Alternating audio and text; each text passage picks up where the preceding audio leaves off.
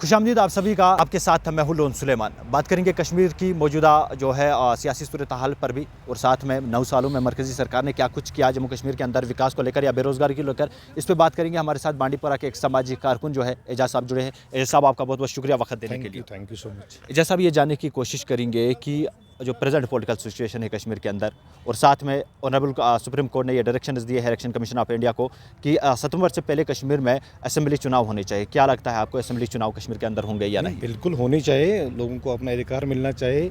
ये डेमोक्रेटिक मतलब हमारा जो मुल्क है, ये डेमोक्रेसी मुल्क है हमारा, लोगों को मिलना चाहिए। लोग अपना मतदान करेंगे, चुनेंगे अपने रहनुमाओं को।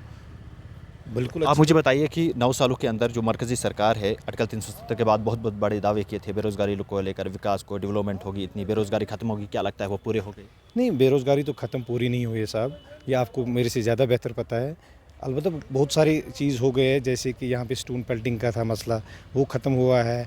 अच्छा, जो करप्शन का मसला था, जैसे ये पटवारी लोग थे हमारे, ये यहाँ पे लोगों के साथ गलत व्यवहार कर रहे थे, वो ख़त्म हुआ है। देखिए, आपको लगता है कि करप्शन कश्मीर के अंदर खत्म बिल्कुल हुआ है, पूरा नहीं हुआ है। इतने बड़े बड़े स्कैम्स कहाँ से निकल कर सामने आ रहे हैं? स्कैम्स तो निकल रहे हैं, मगर जो ग्राउंड ज़ीरो पे है, जैसे छोटे मोटे ऑफिस हमारे होते थे, जैसे ब्लॉक होते थे, तहसील ऑफिस होते थे, उनमें किसी हद तक बहुत कमी आई है।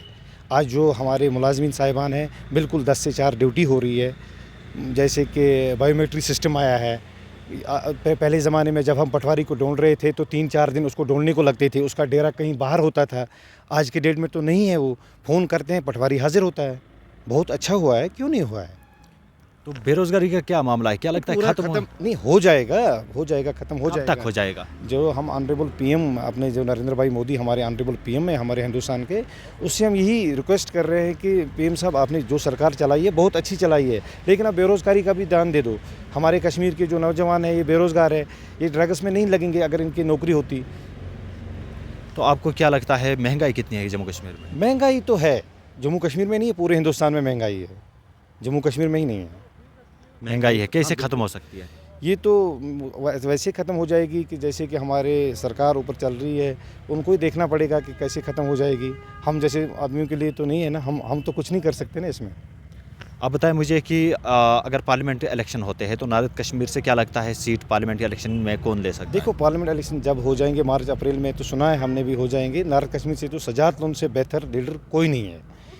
जो वो लीडर है जिसने जेलें भी देखी है, मौत भी देखी है, सजात लोन ने गरीबी भी देखी है, और पढ़ा लिखा आदमी है। अगर पार्लियामेंट में जाएगा, बात करेगा, जैसे कि धारा 370 हमारा टूटा, कश्मीर की तरफ से 4 एमपी वहाँ पे थे, किसने बात की? किसी ने बात की? अगर सजात लोन होता, कुछ भी होता।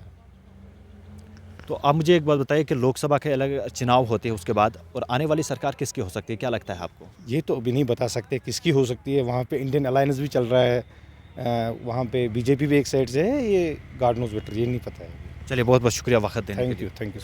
हमारे साथ बांडीपोरा के एक सामाजिक कारकुन एजाज अहमद थे, जिन्होंने कश्मीर की मौजूदा सूरत हाल पर बात की, और कई हद तक उनका कहना है कि जो बेरोज़गारी को लेकर दावे किए थे, कहीं ज़मीनी सतह पर वो दिख नहीं रहे। आर्टिकल 370 के बाद जिस तरह के दावे किए गए थे, कहीं जो है बेरोज़गारी आज भी हमारे नौजवान जो है सड़कों पर दरबदर है।